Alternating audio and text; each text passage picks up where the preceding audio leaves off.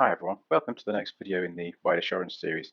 What we wanted to show you now is a worked example of how to actually put together all the elements that have previously been demonstrated. If you refer to the on-screen diagram, what we're going to now configure using Wide Assurance is a pair of collapse core switches. These are EX4650s and a set of access switches, and I'm going to use an example of both a virtual chassis stack and a standalone EX switch. Okay, let's get going. First off, let's dive into creating a switch template. You can do that by going into the organization part of the menu and then clicking on switch templates. I've actually already got a template ready that I want to show you, so I'm just going to click straight in here. First off, let's give this template a name. Here you can see I've just called it campus template. Templates are actually broken down into three sections by which you can apply configuration to all switches, shared between switches, and only to individual switches. Let's start though on all switches. First off, I'm going to set my Radius server IP addresses along with the timeout values. I also have an NTP server, which I set here. Finally, in the CLI configuration box, include any common elements of configuration that you need to apply to all switches. The next step in the template configuration is to define the networks and port profiles. So first, just looking quickly at this slide, these are the VLANs that I'm going to define in the network section. We basically have a VLAN for each of the service types. So we have our corporate users, guest users, IoT devices, and cameras. We also use a default VLAN for in-band management, and we have a special VLAN, which I'm numbering as 99, as a restricted use VLAN, which we'll use for the dynamic port profile configuration. With the dynamic port profile configuration, the VLAN 99 will effectively mean that the traffic has no route to anywhere unless then the switch detects through the dynamic port profile configuration a specific device that then can be remapped to a specific VLAN, for example, a wireless access point or camera or IoT device. Okay, so going back to the portal, if we go into shared elements and we look at the network section, this is where we define the VLANs that I listed in the slide. You just need to click the Add Network button, enter a name and a VLAN ID. Okay, now let's define some port profiles. Just referring to a slide for a moment, what we have here are 8 different profiles, each which define a mapping between the relevant VLANs and the type of port on the switch. Okay, back to the MIST portal, looking at the port profile section, fairly simple to add, just click Add Profile. You need to give it a name, and then we can set the parameters for the kind of port that we're describing, so whether it's trunk port or an access port, the associated VLANs, whether it's a voice port. For a trunk port, you can actually set the untagged or native VLAN. And then down here, you can actually tag in either all networks or specific networks that you want to be a member of the trunk. Then you have other parameters like speed, duplex, whether it's a PoE port. Let's have a quick look at a profile I've already defined. This is one for the cameras. So this is an access port. I'm adding it to the camera VLAN. And there are no other special parameters to set for this one. And now if I look at my switch uplink port, this is actually going to be defined as a trunk. I'm using VLAN 1 as the untagged, and then tagging in all of the defined VLANs that I require. The no access profile is specifically for using with the dynamic port configuration. So this one sets the VLAN to the no access VLAN as the default for that port.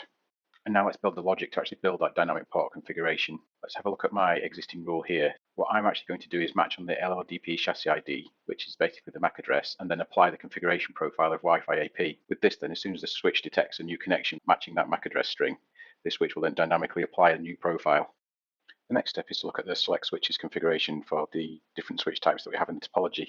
Before we do that, a quick reference of the port mappings for what we're going to do on the distribution switch. Distribution switch is actually a virtual chassis, so we've actually got the members 0 and 1. We're going to configure ports 4, 5, and 6 on both members to face towards the access switch.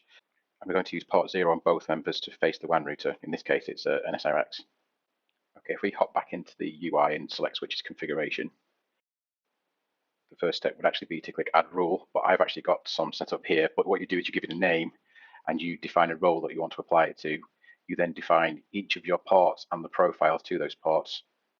Let's have a look at how these are configured. So you specify the port range that you wish to apply the configuration profile to, and as these are actually going to be lag interfaces in most cases, you tick the port aggregation box. If you need to include any special configuration for that device type, go into CLI config and you can paste that in here. Okay, so that's the select configuration complete for the distribution switch. Let's look at the access switches. Let's just have a quick review of the port mappings again for the access switches. What we're looking to do here is to simply predefine some port ranges that can be applied across all switches so that the rollout is highly templatized, therefore any new switches added into the environment later will just simply inherit the same configuration. For my topology then I'm going to create two more select switch configuration profiles. Here I've got my standalone switch configuration profile defining my port ranges to port profile mappings. And now for my two-member virtual chassis, same again as all the other switches, define the port ranges, mapping those to the configuration profiles. On the switch uplink specifically, do remember to tick the port aggregation box as these will be lags facing the distribution layer. And for the ports that we want to apply dynamic configuration to, ensure to tick the enable dynamic configuration box. This then will pull in the configuration previously applied where we match on the MAC address. Okay, great. So that's our campus template finished. Remember to click save when you're done at the end of this stage. What we need to do now is actually onboard the switches. So if we navigate into organization and inventory, then to switches, as we're using a brownfield method here, we're going to use the adopt switches process. Simply copy the adoption text and paste it into your terminal on the switch. The device will then begin to onboard in the background after you've done a commit. Your switch will then appear in the inventory list with a grey icon. I'm using an existing switch here, but what you do is you need to tick the box and then click assign to site. I'm assuming you've already got a site created, but if not, navigate to organization and sites. You can click create site and define all the parameters in here. Okay, carrying on with the onboarding, let's work on the distribution switch first. Make sure we set a host name, but then let's actually look what happens with inheriting config from the template. So without the role specified, we don't pull in any of the select switches configuration. If you type in the role name L2dist here like we defined in the template, the switch then inherits all the configuration for the ports and any other role-based CLI commands that were in the additional settings within the select switches configuration. Now let's look at the other configuration elements pulled through from the template. First, we're inheriting the dynamic port configuration, the port profiles, and all the VLANs. The main point to stress here is that you've not had to do any of this manually. It's all been inherited from the predefined template. Okay, this switch is done. It's inherited all the config we need. Let's click save.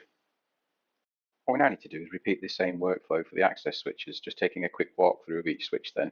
Make sure you applied a name and a role so that the switch inherits all of its necessary configuration. This site fully onboarded, let's have a look at some of the in-life management features. Let's go into the topology view. Here you can expand all the way through from the edge SRX through the distribution switch into each access switch and to your devices beyond, including any access points.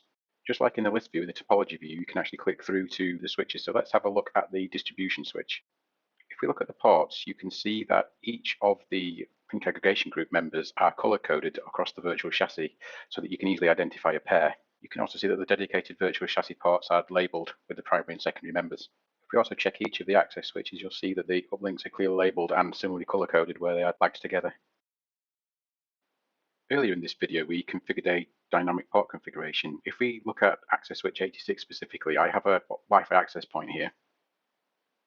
You can see that this port is actually configured as the no access port. So without the dynamic profile, this isn't going anywhere. Now, as I've just reconnected this access point, what we'll actually see is the dynamic port profile in action. You can see from the timeline that when I disconnected the access point, the port profile was set to the no access default. However, when I reconnected the access point, the profile then changes to Wi-Fi AP and it inherits the relevant configuration.